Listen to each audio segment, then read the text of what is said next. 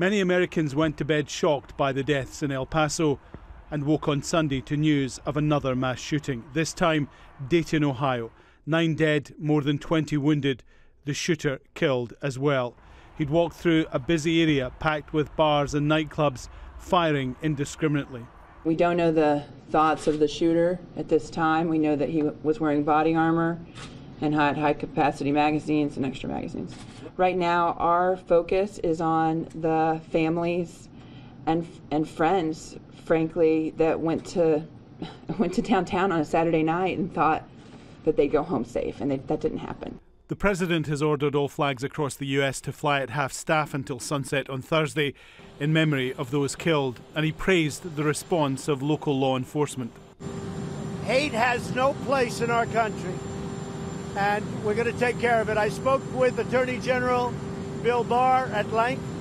I spoke to Christopher Wray, director of the FBI, spoke to the governors, both governors, and we're doing a lot of work. A lot of people are working right now, a lot of law enforcement people and others.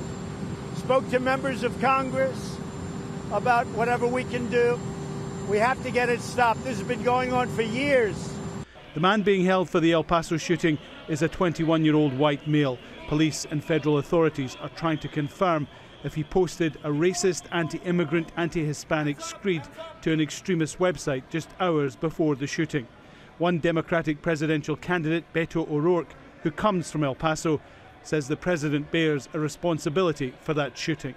The president's language, his rhetoric, has produced the kinds of hate crimes that we saw in El Paso yesterday, but we've been seeing across this country. They've been on the rise for each one of the last 3 years. So we cannot act as though this were just some kind of natural disaster or a matter of course for this country or the new normal for the United States. But the president's chief of staff dismissed that idea. I don't think it's fair to try and lay this at the feet of the president.